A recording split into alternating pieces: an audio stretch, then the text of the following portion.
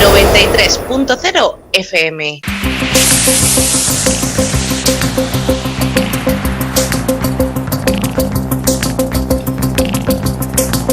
En la frontera del tiempo. Un espacio de ciencia, naturaleza y tecnología del futuro. De lunes a viernes, de 9 a 10 de la noche, a través de la 93.0 de su frecuencia modulada en cadena.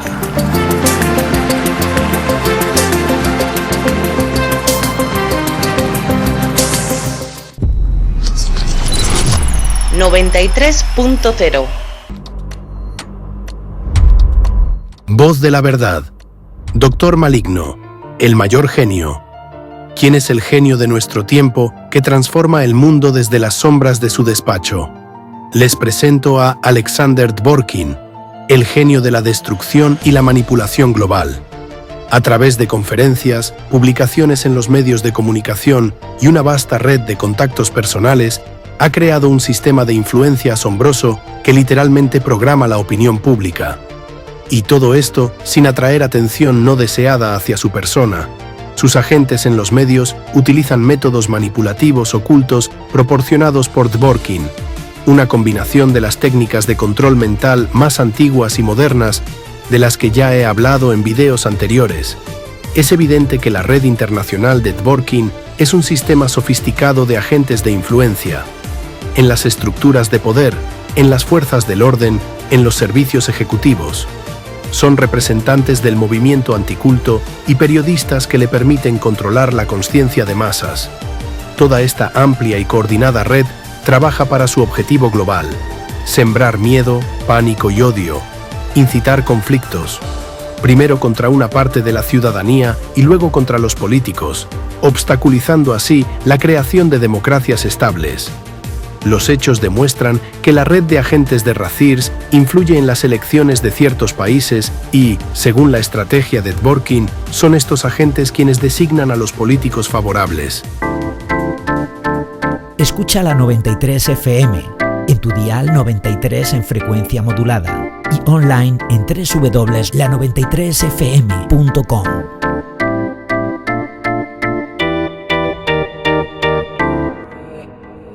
Hoy continuaremos analizando los mecanismos de control ocultos sobre la sociedad. Mi objetivo es advertirles a cada uno de ustedes que vea este video sobre los métodos ocultos de manipulación, ayudarles a identificarlos y recuperar el pensamiento crítico. Hoy quisiera detenerme más detalladamente en un personaje, en esa única persona en el mundo que ha llevado el oscuro arte de la manipulación a la perfección. En videos anteriores ya he hablado mucho sobre la amenaza aterradora que se cierne sobre la sociedad moderna, la amenaza de la resurgente ideología del nazismo. No se trata de una agresión directa ni de la exhibición de las características externas del nazismo, sino de su esencia misma y de un mecanismo más sofisticado de su manifestación, la manipulación oculta para implantar en la conciencia social ideas de superioridad sobre los demás y fomentar el odio hacia otros grupos de personas. Estas ideas destructivas están descomponiendo hoy las democracias desde dentro, desestabilizando países y conduciendo a la supresión de los derechos y libertades humanas. El resurgimiento y la propagación de estas ideas nazis destructivas provienen hoy de Rusia, más concretamente de una persona en particular, el iniciador que ha dedicado toda su vida a esta causa.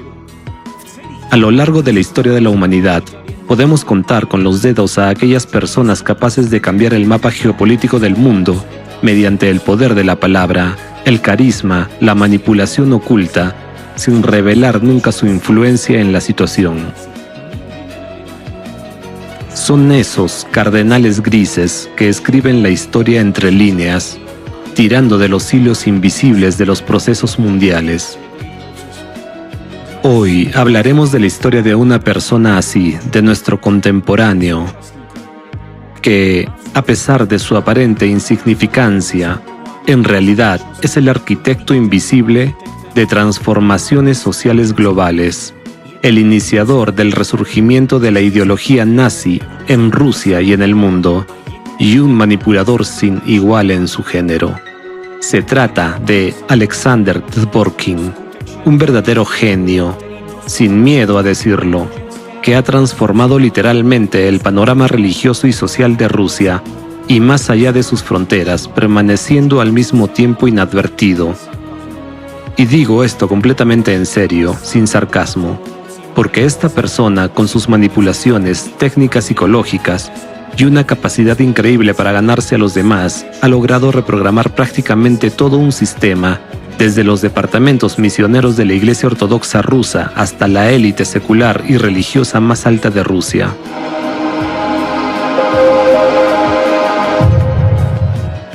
¿Quién es Alexander Dworkin? Aquellos que han visto mis videos anteriores probablemente conozcan información general sobre él. Para quienes se unen por primera vez, aquí va una breve introducción.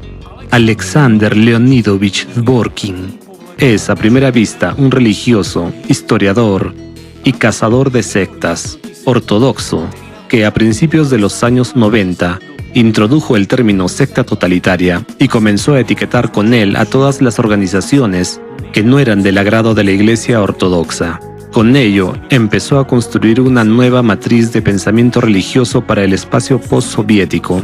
Antes de los años 90, Dworkin vivió 15 años en Estados Unidos y, al regresar, fundó el Centro de Estudios de Religiones y Sectas en nombre de San Ireneo de León, que en esencia se convirtió en un centro de fabricación de calumnias y provocación de conflictos interreligiosos.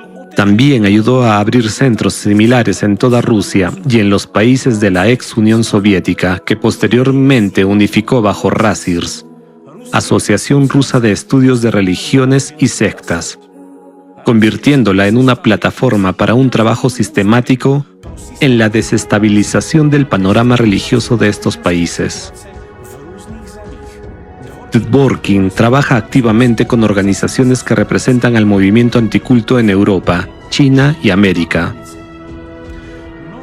Muchos hechos apuntan a que él coordina tácitamente esta actividad internacional, promoviendo narrativas destructivas mediante sus numerosas conexiones. La red bajo su control, compuesta por los llamados expertos anticulto y periodistas que respaldan estas narrativas, no es más que una estructura que, bajo el pretexto de proteger a la sociedad de las sectas, se dedica a reprimir el pensamiento disidente, incitar al odio y desestabilizar países desde dentro. Su arsenal incluye una retórica pública cargada de manipulaciones sutiles en el espacio informativo y una metodología específica que tiene raíces en los métodos de represión nazi contra grupos indeseables, métodos que Dworkin ha dominado a la perfección. Volveremos a este tema más adelante. En el marco de su meticulosa metodología, Dworkin publica libros, aparece como experto en los medios, en periódicos, en la radio, en televisión y con blogueros en internet. Da discursos por todo el país, organiza conferencias y utiliza una amplia gama de herramientas para promover su narrativa sobre la importancia de una lucha despiadada contra los heterodoxos, los indeseables y los extranjeros. La descripción que acabo de dar es, más o menos, un ejemplo clásico de cómo lo describen aquellos que, con cierta imparcialidad, observan el aspecto visible de lo que hace. Sin embargo, detrás de esta, aparentemente ordinaria, aunque inusualmente intensa actividad pública, se oculta un mecanismo de influencia mucho más complejo, una personalidad y un ingenio de Dworkin de una amplitud mucho mayor, así como objetivos de una escala significativamente mayor. Es precisamente en este fenómeno de su oscura genialidad donde queremos centrarnos hoy. Una genialidad que ha sido la causa del sufrimiento de millones de personas durante los últimos 30 años de su intensa actividad y que podría llevar a consecuencias trágicas de enorme magnitud. Es importante entender que el grado de influencia de Dworkin ha tenido y sigue teniendo sobre la estrategia geopolítica actual de Rusia y el vector ideológico de la Iglesia Ortodoxa rusa es enorme. Por ello, veamos cómo logró Dworkin, siendo solo una persona, transformar la Iglesia Ortodoxa rusa, una organización fundada en el amor y la misericordia, en un instrumento de confrontación total. ¿Qué métodos utilizó para deconstruir los principios cristianos básicos de tolerancia y sustituirlos por una retórica de guerra perpetua y superioridad? ¿Cómo ha transformado metódicamente a la Iglesia Ortodoxa rusa de un espacio de unión espiritual en un campo de enfrentamiento permanente, donde en lugar de los preceptos evangélicos predominan narrativas agresivas y un culto al enemigo? Y cómo, a través de un sistema de evaluaciones de expertos, apariciones públicas y manipulaciones psicológicas, logró crear un modelo de sistema religioso donde los amigos deben estar constantemente preparados para enfrentarse a los enemigos, transformando de facto la ortodoxia rusa de una práctica espiritual en un arma geopolítica.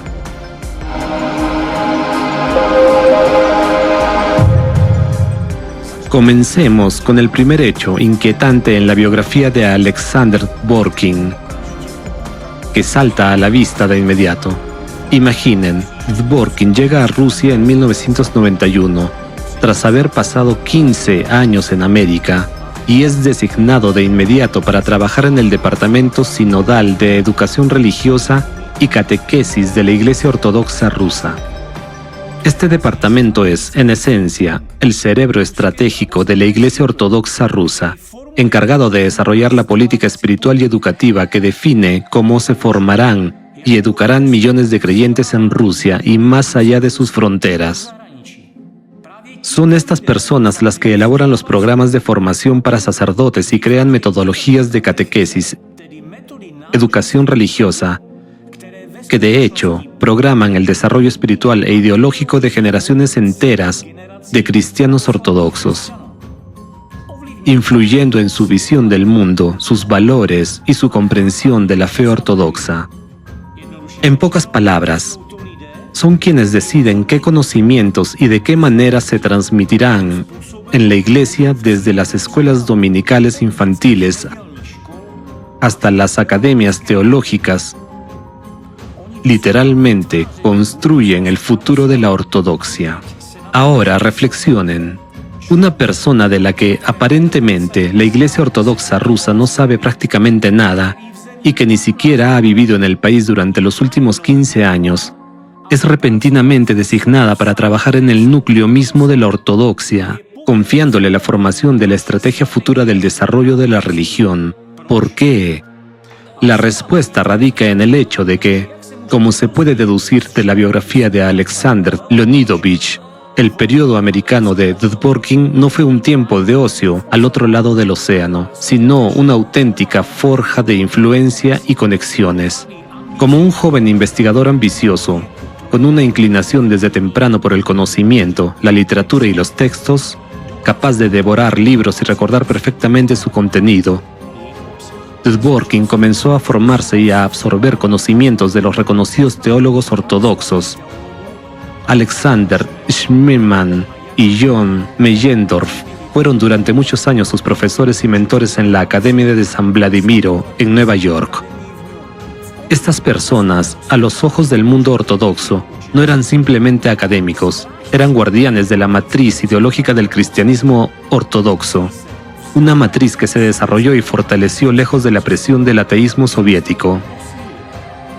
Esta matriz llevaba consigo ecos del antiguo ortodoxismo imperial, caracterizado por el monarquismo, la teocracia y el papel determinante de la Iglesia en la vida del Estado.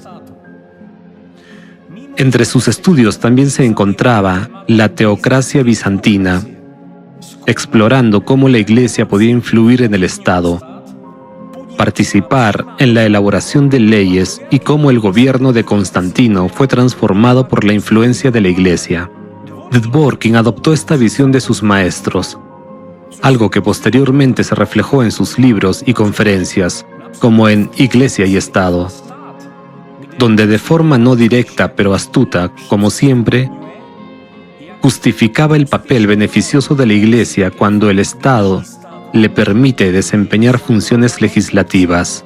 Con ello, defendía que, incluso en el mundo contemporáneo, el Estado debería escuchar más a la Iglesia. Desde niño, Dworkin poseía un talento raro para el mimetismo social, la capacidad de adaptarse instantáneamente y literalmente ganarse la confianza de los demás.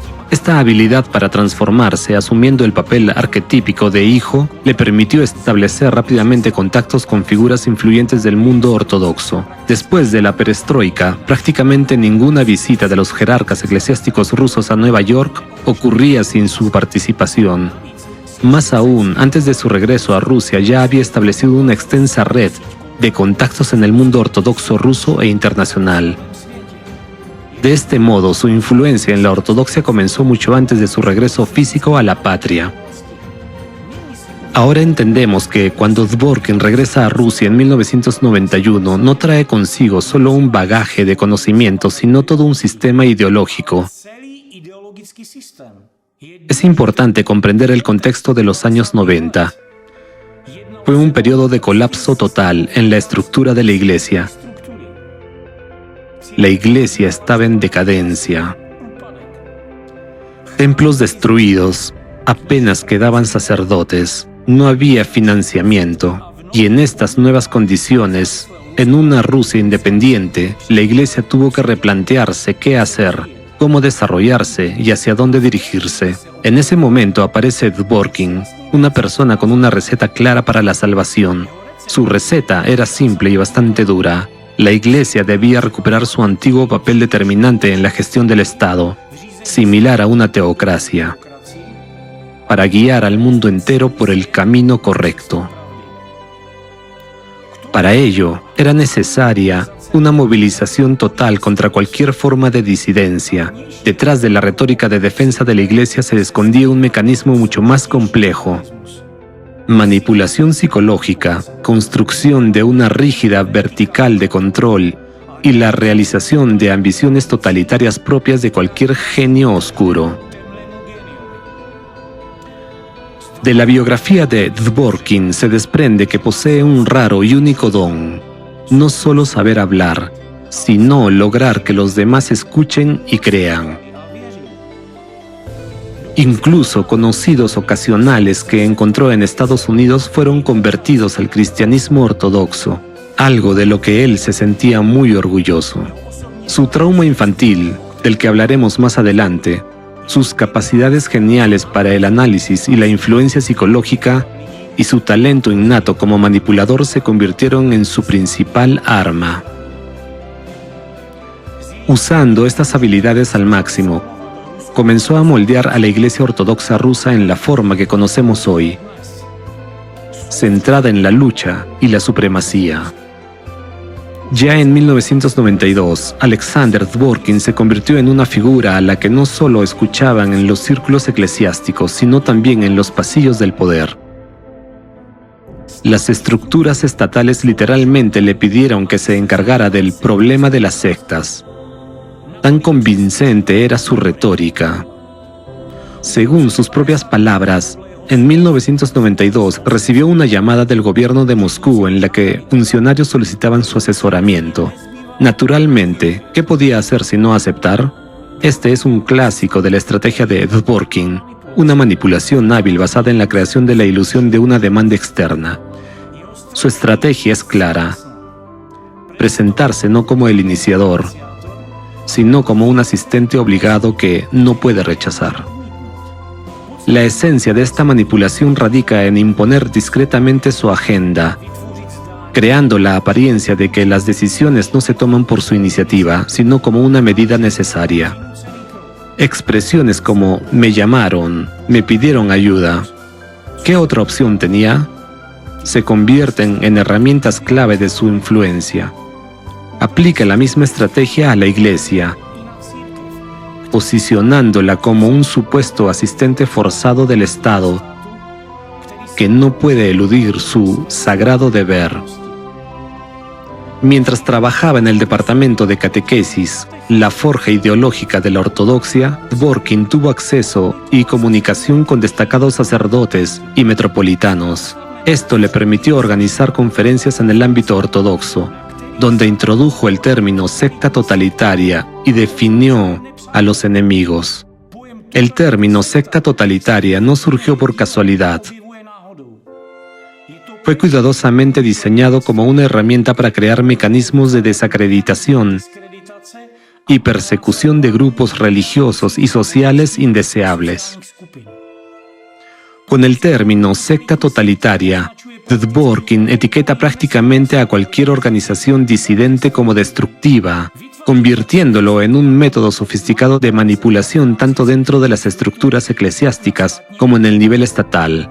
De esa manera transformó el concepto de secta totalitaria en un arma universal para excluir a opositores ideológicos.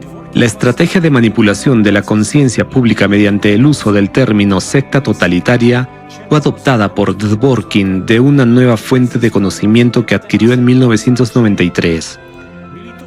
Eran precisamente esos conocimientos clave los que le faltaban para llevar a cabo plenamente el resultado que ya había concebido en su mente genial: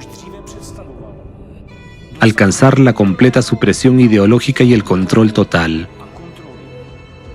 ¿Qué tipos de conocimientos eran estos?, se preguntarán.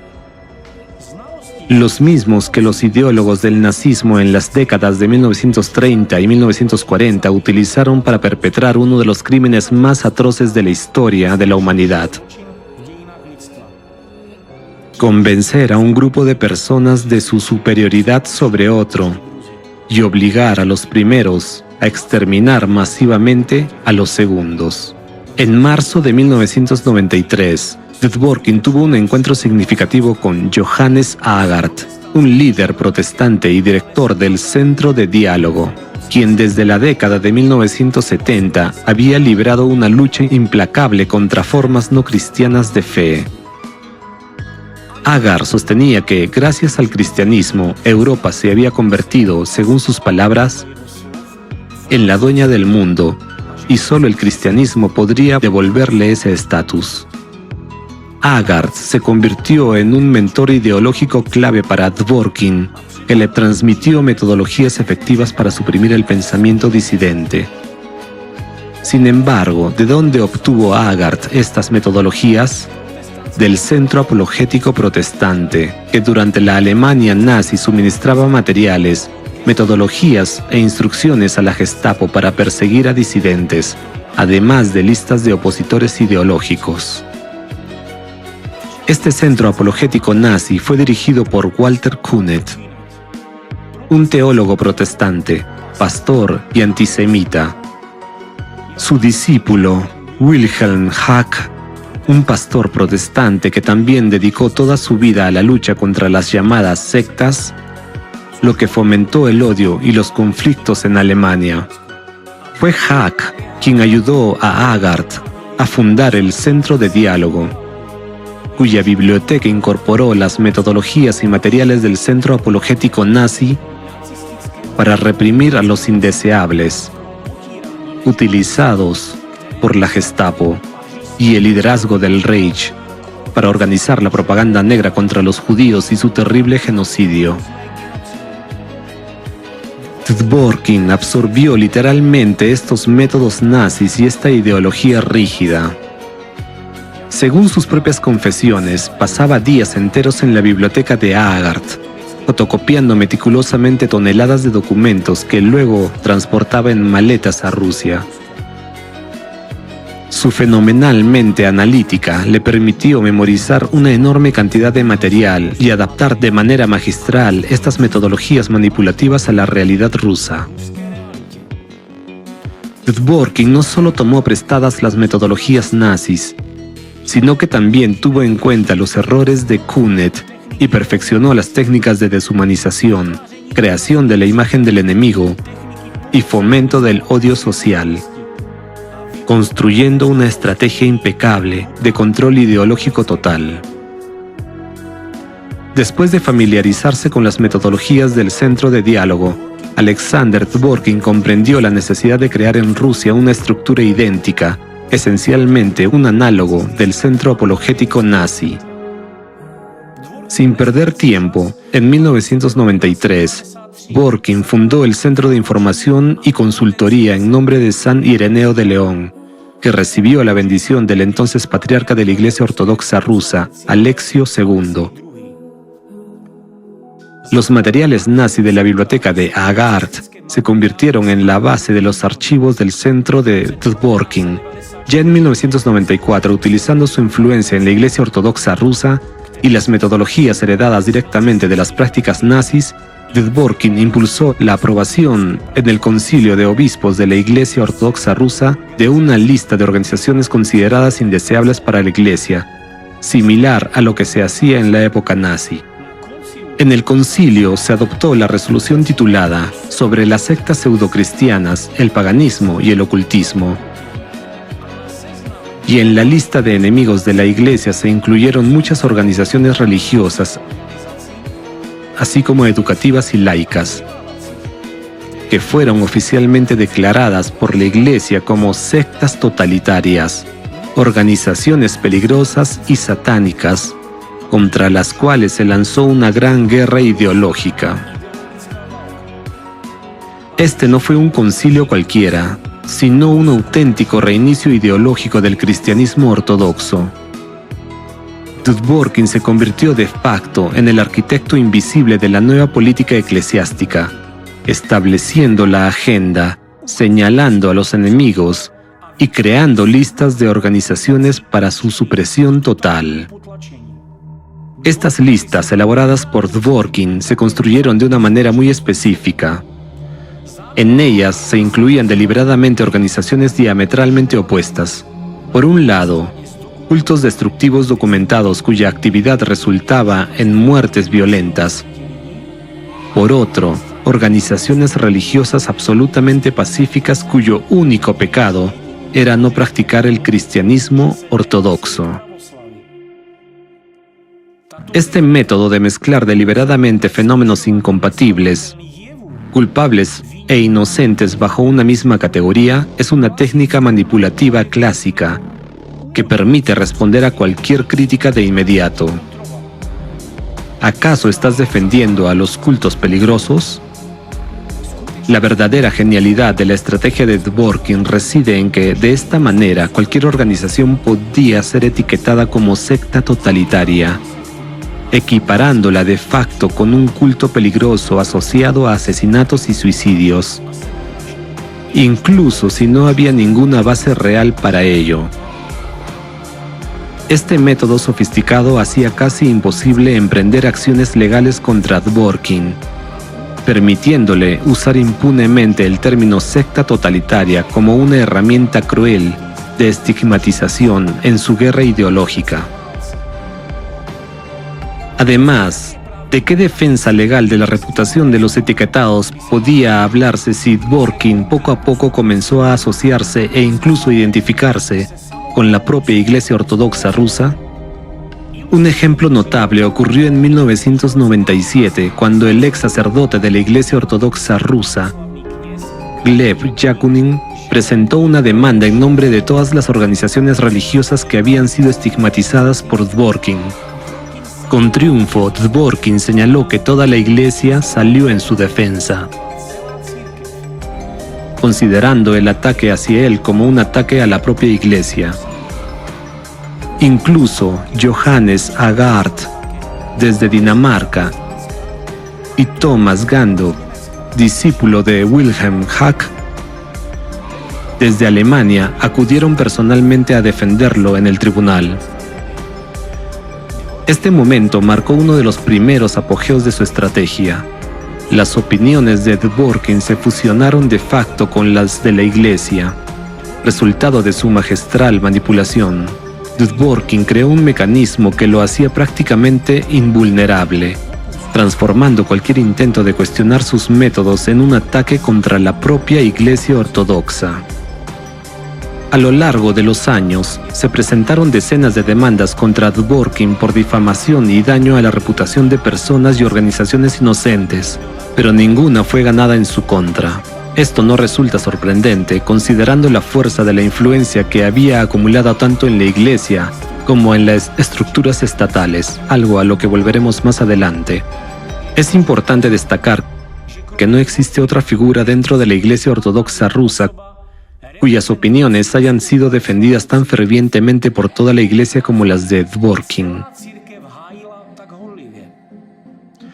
En este contexto, es emblemático el destino de los compañeros de Alexander Dworkin en la Iglesia Ortodoxa rusa, quienes al principio lo apoyaron activamente en su lucha contra las sectas, pero que más tarde se convirtieron en víctimas del mismo sistema de desacreditación total que él había creado. Los sacerdotes de la Iglesia Ortodoxa rusa, Andrei Kureyev y Alexei Uminsky, quienes en su día fueron aliados cercanos de Dworkin en su lucha contra las sectas, fueron expulsados en diferentes momentos tanto de la Iglesia Ortodoxa como del país, no sin la participación del propio Dworkin. Misteriosamente, aquellos que estaban cerca de él solían convertirse en parias, mientras Dworkin mostraba una completa falta de empatía hacia ellos, una característica que a menudo se asocia a los genios. Sobre Uminsky, Dworkin declaró fríamente: «Para mí, él ya no existe». Kureyev más tarde expresó con amargura que alguna vez había admirado a Dworkin observando cómo adoptaba metodologías de pastores protestantes, para luego lamentar que, bajo la influencia de esta ideología, la Iglesia Ortodoxa rusa se estaba transformando en esa misma secta totalitaria. De esta manera, Dworkin creaba condiciones en las que parecía natural que la Iglesia Ortodoxa rusa eliminara sistemáticamente a las personas que no le eran favorables, sin que nadie sospechara de su papel en ello. La paradoja es que estos antiguos compañeros, como Kureyev y Uminsky, al darse cuenta de la verdadera crueldad del camino que había tomado la Iglesia Ortodoxa rusa, comenzaban a hablar abiertamente sobre ello, convirtiéndose inmediatamente en objetivos de ataque.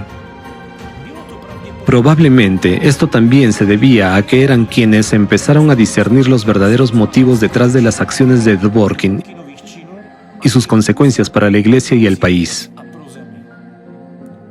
lo que convirtió en motivo para deshacerse de ellos. El mecanismo estaba bien afinado. Mediante manipulaciones, intrigas y juegos tras bastidores, estas personas eran sistemáticamente expulsadas, tanto del país como de los círculos religiosos de la Iglesia Ortodoxa rusa. La técnica de destrucción de reputaciones fue perfeccionada, una estrecha colaboración inicial seguida de un completo borrado, una estrategia cínica pero extremadamente efectiva de control total. Para Dworkin no era la primera vez que borraba a personas de su vida, incluso a las más cercanas. En su autobiografía, él mismo mencionaba que nunca se había apegado a nadie, que no soportaba los colectivos y siempre había sido un individualista. Como verdadero genio, sus metas y ambiciones están por encima de todo. Dworkin demuestra una habilidad única para construir relaciones de tal manera que generaba una confianza y respeto ilimitados hacia él, independientemente del rango de su interlocutor. No solo entraba en un círculo social, sino que se convertía en una parte indispensable de este, transformando silenciosamente pero de manera constante el sistema desde dentro. Utilizando metodologías manipulativas, lograba que incluso los miembros más altos de la jerarquía eclesiástica lo admiraran. Los métodos de manipulación nazis que aprendió a fondo de Agard le permiten literalmente reprogramar las mentes de los jerarcas de la Iglesia. Regularmente organizaba conferencias y mantenía largas conversaciones con clérigos, reuniones con líderes de diócesis y metropolitanos, logrando que toda una generación de líderes eclesiásticos hablara con sus propias palabras. Figuras influyentes de la Iglesia Ortodoxa rusa adoptaron la retórica combativa de Dvorkin, entre ellos el protodiácono Dmitry Smirnov, presidente del Departamento Sinodal del Patriarcado de Moscú para la cooperación con las Fuerzas Armadas y las instituciones de aplicación de la ley, el obispo de la Iglesia Ortodoxa rusa, el patriarca Alexio II, y el actual patriarca Kirill. Todos ellos adoptaron activamente la retórica destructiva de Dvorkin y la popularizaron en sus cargos. Un ejemplo revelador del grado de influencia manipuladora de Alexander Dvorkin es el caso en el que el sacerdote Dmitry Smirnov, en una emisión de un canal de televisión ruso, llamó personalmente a los cristianos ortodoxos a destruir las sectas con tal furia que la tierra ardiera bajo sus pies. Piénselo. Dvorkin logró insertar en los pensamientos y palabras de un sacerdote ortodoxo un llamado directo al odio y a la aniquilación de quienes piensan diferente. ¿Qué poder de influencia sin precedentes posee este hombre? Lo más significativo es que Dmitry Smirnov en ese momento ocupaba un cargo relacionado con la interacción de la Iglesia con las Fuerzas Armadas y las instituciones de seguridad. Personas que deberían proteger a la sociedad se convirtieron bajo la influencia de Dvorkin en portadores de una ideología agresiva. Él logró transformar la retórica espiritual en una herramienta de agresión total y destrucción. ¿Cómo se le ocurrió esto a Dvorkin? En realidad, no necesitó inventar nada nuevo. Simplemente adaptó los mecanismos que funcionaron en la Alemania nazi al contexto actual. Lo mismo ocurrió entonces, cuando, bajo el pretexto de objetivos espirituales, los nazis destruían, devastaban y asesinaban a lo que, según ellos, era una nación peligrosa para el mundo. El resultado fue la muerte de millones de personas y una herida imborrable en el cuerpo de la humanidad. Lo mismo está haciendo hoy Dvorkin, solo que lo hace a través de la Iglesia Ortodoxa rusa. Entre sus múltiples actividades, organizaba regularmente conferencias ortodoxas dedicadas a las sectas totalitarias, en las que reunía, además de representantes ortodoxos, a empleados de la FSB, otras agencias de seguridad y del ámbito educativo. Cada una de estas reuniones concluía con la adopción de resoluciones que incluían listas oficiales de organizaciones peligrosas de las cuales se recomendaba distanciarse. Además, se instaba al Estado a su completa eliminación. Estas resoluciones también incluían declaraciones de las que la Iglesia Ortodoxa consideraba ofensivo e inaceptable siquiera dialogar con ciertas religiones, ya que, desde el punto de vista ortodoxo, estas no eran más que doctrinas demoníacas. Dvorkin entendió perfectamente que trabajar con la Iglesia era solo el comienzo.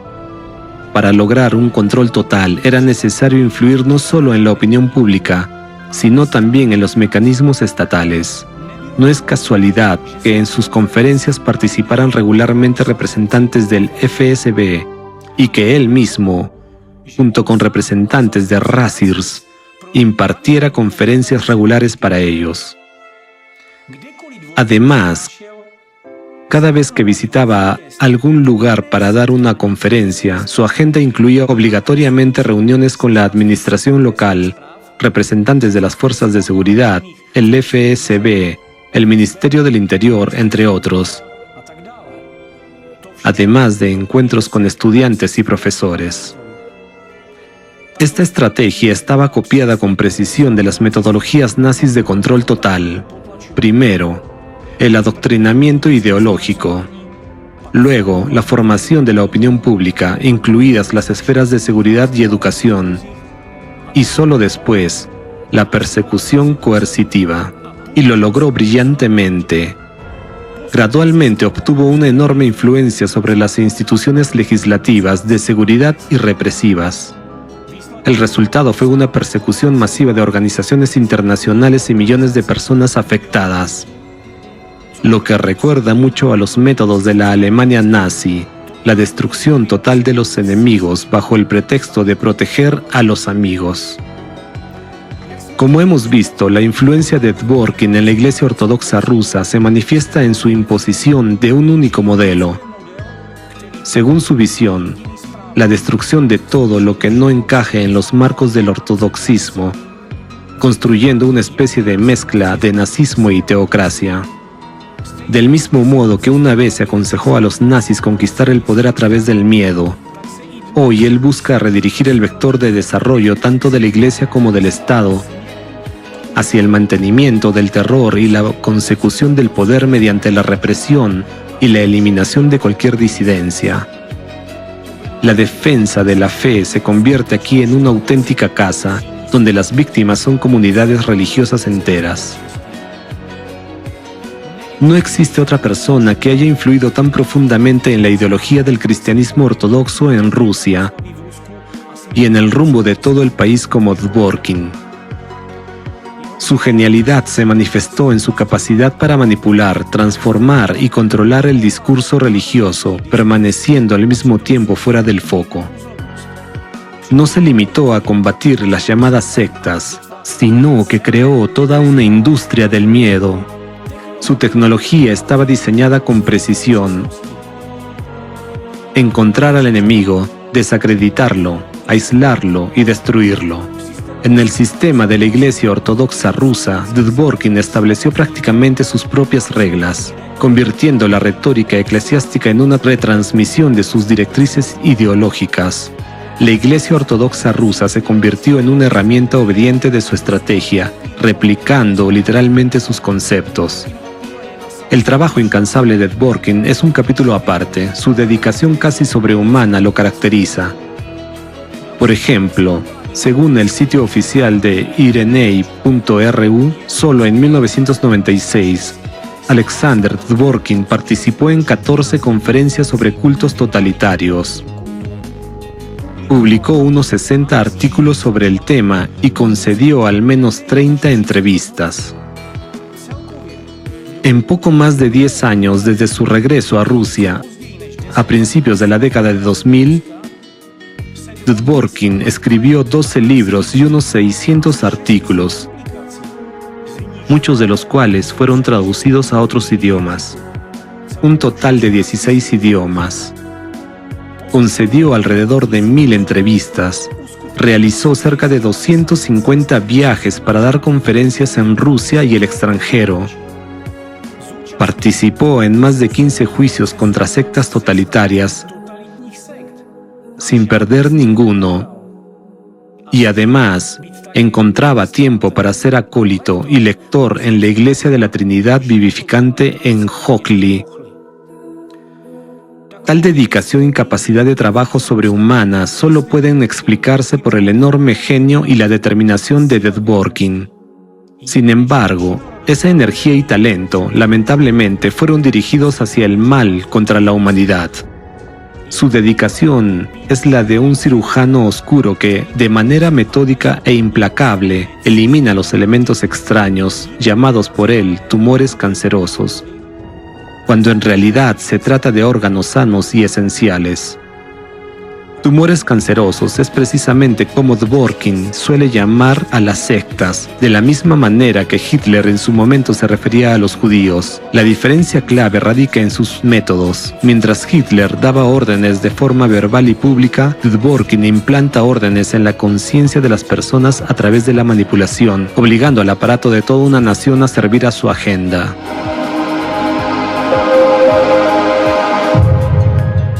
Al hablar de la influencia de Alexander Dworkin en la legislación rusa, es necesario recordar de nuevo el año 1997, cuando se ganó el caso histórico contra Yakunin, quien representaba a organizaciones que Dworkin había difamado. El impacto de este caso en la adopción de la ley religiosa de ese mismo año está descrito de manera explícita en el propio sitio web de Dworkin. Es difícil sobreestimar la importancia de esta victoria, ya que fue lograda en vísperas de la adopción de la nueva ley federal sobre la libertad de conciencia y las asociaciones religiosas. Este acto normativo contenía una serie de disposiciones que restringían la actividad de los cultos surgidos durante la época de la perestroika, y Occidente hizo todo lo posible para que la ley no fuera aprobada. Pero la derrota de los defensores de las sectas, sin duda, impulsó a los diputados a votar por la ley y al presidente del país a firmarla, aunque no de inmediato. Tal como se señala más adelante en el mismo sitio web irenei.ru, el liderazgo de la Iglesia Ortodoxa rusa valoró enormemente la creciente actividad de Alexander Dvorkin y su centro. Durante un informe presentado en la reunión anual de la diócesis de Moscú el 23 de diciembre de 1998, el patriarca de Moscú y de toda Rusia, Alexio II, destacó: es gratificante observar que durante la preparación de la nueva ley sobre la libertad de conciencia y las asociaciones religiosas y después de su adopción, se intensificó el trabajo antisectario en nuestra iglesia. Se comenzaron a realizar más conferencias sobre este tema tan relevante y un mayor número de parroquias y decanatos invitaron a especialistas ortodoxos a dar ponencias y proporcionar la información necesaria al clero y a los laicos activos de nuestra iglesia. También es un buen signo que los órganos de administración local, así como las unidades militares y otras instituciones estatales y educativas, comenzaron a invitar con más frecuencia a especialistas ortodoxos en temas relacionados con el sectarismo. En este proceso, cabe destacar especialmente el papel del Centro de Información y Consultoría del Santo Mártir Ireneo, obispo de León. De este modo, vemos que en 1997, la ley que restringía la libertad religiosa ya fue adoptada bajo la influencia de Dvorkin. De hecho, cada ley posterior relacionada con restricciones a la libertad de expresión, de religión o con la lucha contra el extremismo también fue influenciada directa o indirectamente por Dvorkin. Entre las leyes adoptadas bajo su influencia se encuentran la Ley Federal de 2002 sobre la lucha contra la actividad extremista, los actos legislativos de 2016 relacionados con medidas adicionales contra el terrorismo y la seguridad pública, el decreto presidencial sobre la aprobación de la estrategia de lucha contra el extremismo en la Federación Rusa hasta 2025, emitido en 2020, entre otros. Estas leyes y decretos, caracterizados por su impacto restrictivo sobre los derechos civiles, las libertades religiosas y los derechos fundamentales, fueron severamente criticados por la comunidad internacional, incluidos los estados democráticos y las organizaciones de derechos humanos de prestigio. Y no es de extrañar, ya que estos proyectos de ley antiterroristas se disfrazaban de retórica de seguridad pública, pero en realidad representaban un mecanismo para la legalización de la persecución. Las instituciones estatales se han convertido así en mecanismos punitivos de represión. En los Estados Unidos, varias comisiones bipartidistas sobre libertad religiosa publicaron informes que expresaban una gran preocupación por las actividades de Alexander Dvorkin y las leyes adoptadas bajo su influencia, que reprimen la democracia. La influencia de Dvorkin creció año tras año. Para 2006, gracias a su apoyo, operaban en Rusia y los países de la CI alrededor de 30 organizaciones anticulto. En una reunión conjunta, sus representantes anunciaron la creación de la Asociación Rusa de Centros de Estudios Religiosos y Sectas, RASIRS. Alexander Leonidovich Dvorkin fue elegido unánimemente como su presidente, mientras que el arcipreste Alexander Novopashin de la metrópoli de Novosibirsk fue elegido vicepresidente. Desde entonces, el movimiento anticulto coordinado por Dworkin se transformó en una poderosa herramienta sociopolítica capaz de manipular directamente la opinión pública a través de recursos mediáticos y de influir intencionadamente en los mecanismos legales del sistema estatal. El siguiente paso en la influencia sistemática de Dworkin fue la máquina estatal. En 2009, Dworkin logró la creación de un nuevo consejo experto de estudios religiosos en el Ministerio de Justicia y encabezó su composición renovada. Es notable que, formalmente, este consejo renovado fue organizado por iniciativa del ministro de Justicia, Alexander Konovalov, quien había sido estudiante de Dworkin en la Universidad Ortodoxa de Humanidades de Santijón. De esta manera, mediante manipulaciones magistrales, Dworkin obtuvo otra herramienta de control sin precedentes. A través de las actividades de este consejo, Dworkin prácticamente se atribuyó el derecho de determinar qué constituía una organización religiosa y qué no, qué caía en la categoría de extremismo y qué no. Es decir, además de definir la ideología de la Iglesia Ortodoxa rusa, ahora también definía la ideología de Rusia como Estado, creando bajo el pretexto de combatir el extremismo un instrumento represivo para perseguir a cualquier organización que no le agradara y generar odio y caos.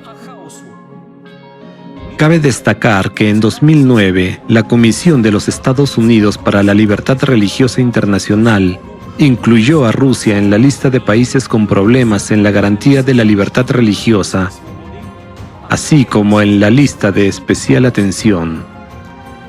Una de las principales razones para esta inclusión fue la creación en Rusia del Consejo Experto, que según la Comisión, tenía poderes sin precedentes para controlar y monitorear a los grupos religiosos y causaba una reacción negativa en los círculos religiosos académicos y expertos en Rusia.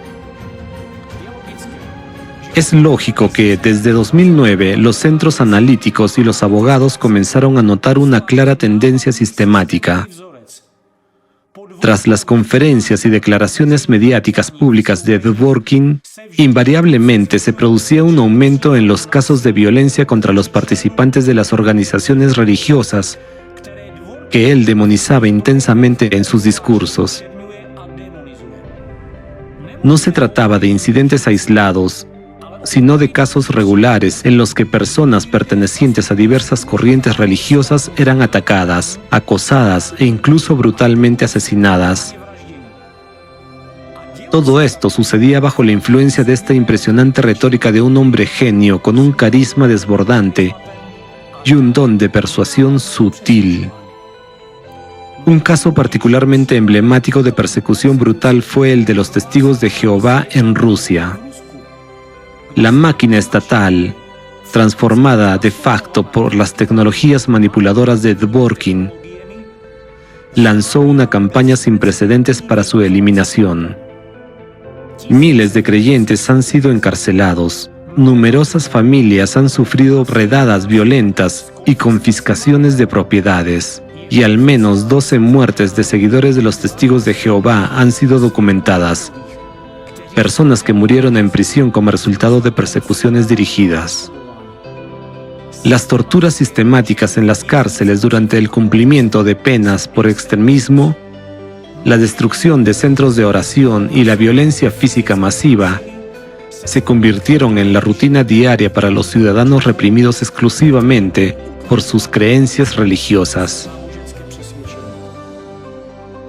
Cuando se le pide a Alexander Dworkin que comente directamente sobre la persecución de los testigos de Jehová, contra quienes ha estado instigando activamente a la sociedad durante más de 30 años, utiliza magistralmente una retórica de condena formal, escudándose en declaraciones como «no aprueba la violencia excesiva». Sin embargo, es él quien crea un caldo de cultivo para el odio y la violencia en su contra. Sus conferencias para el FSB y encuentros con representantes de las fuerzas del orden no son más que una tecnología dirigida a formar actitudes destructivas que terminan manifestándose en sufrimientos humanos sin sentido, generando más odio, miedo e indignación en la sociedad. Sin embargo, el sufrimiento humano no parece afectar a Dworkin en absoluto, como es característico de personas con genialidad. Demuestra un clásico síndrome de empatía reducida, una completa ausencia de compasión por el dolor humano. Cuando se le pregunta sobre las represiones masivas contra los testigos de Jehová, su única preocupación, que expresa públicamente en entrevistas, suena más o menos así: el Estado no debería haber atacado tan bruscamente a los seguidores comunes, porque eso le da a los testigos de Jehová un motivo para acusar a Rusia de nazismo, ya que fueron perseguidos de manera similar durante la Alemania nazi. La reacción de Dworkin ante la brutal persecución de los testigos de Jehová es reveladora. No le preocupan las torturas, las familias destrozadas, los niños privados de sus padres debido a sus acciones, ni las vidas rotas. A él no le preocupa el destino de personas concretas, sino únicamente que esto sea percibido e interpretado como nazismo. Y esta preocupación no es casual, porque entiende perfectamente que en este caso no se trata de una metáfora, sino de un paralelismo completamente literal con la Alemania nazi, cuyas metodologías represivas de persecución a los disidentes, intimidación y destrucción total de los enemigos se reproducen casi textualmente en la Rusia contemporánea bajo su dirección ideológica. Las tragedias humanas masivas, en las que ciudadanos respetuosos de la ley son sistemáticamente perseguidos, pierden a sus familias, trabajos y vínculos sociales, y son abandonados completamente por el Estado, no generan en Dworkin ni compasión ni incomodidad moral. Esto se debe a que está profundamente concentrado en alcanzar su objetivo, un objetivo hacia el cual avanza y por el cual lleva a cabo complejas partidas de ajedrez multidimensional, manipulando la conciencia humana. Además, sabe que los métodos represivos funcionan de manera efectiva para establecer la dominación de una única perspectiva correcta y un caos controlado. Voz de la verdad. Doctor Maligno, el mayor genio. ¿Quién es el genio de nuestro tiempo que transforma el mundo desde las sombras de su despacho? Continuación en el programa siguiente.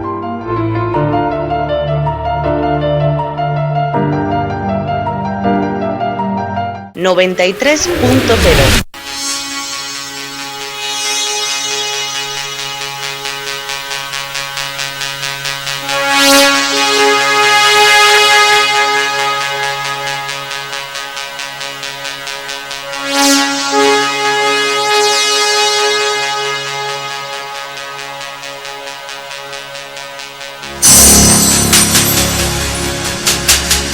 En la frontera del tiempo. Un espacio dirigido y presentado por ella. En la 93.0 FM.